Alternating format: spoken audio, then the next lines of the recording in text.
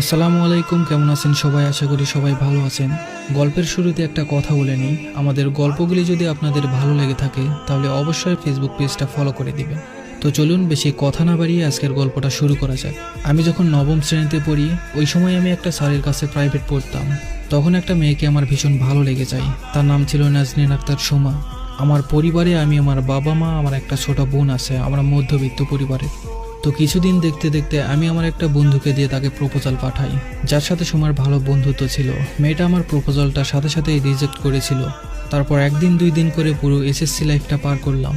আমাদের স্কুল থেকে বিদায় দিয়ে দিল। তার কিছুদিন পর অচেনা একটা নাম্বার থেকে আমার ফোনে মেসেজ আসলো। আমি চিনতে পারছিলাম না। তখন সে আমায় পরিচয় দেয় যে তার নাম সোমা। তারপর আমরা একটু একটু করে প্রতিদিন কথা বলতাম।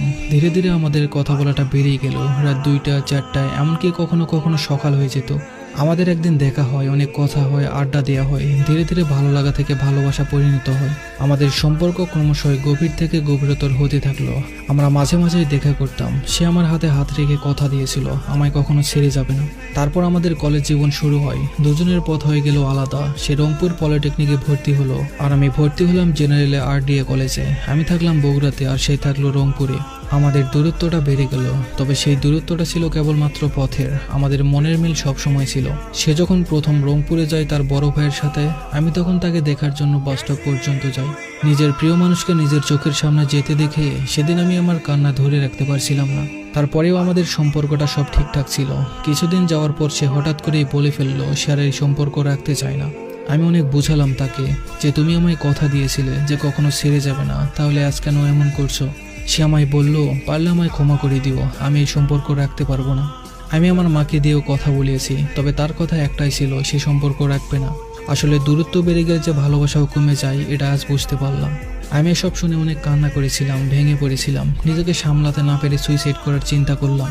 আমি আর এই পৃথিবীতে থাকতে চাই না, তাই বিষ পান করলাম। আমার শরীরে যখন বিষটা প্রবেশ করলো, আমি 2 মিনিটের মধ্যে শরীরের সমস্ত শক্তি হারিয়ে ফেললাম। বুকের ভেতরটা আগুনের মতো দাউ দাউ করছিল।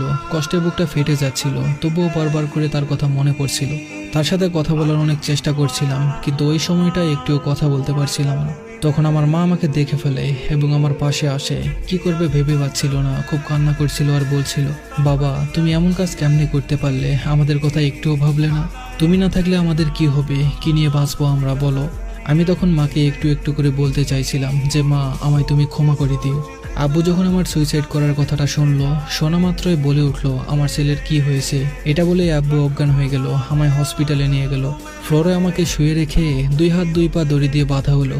বুকের উপর একজন আর হাত পা 4জন চেপে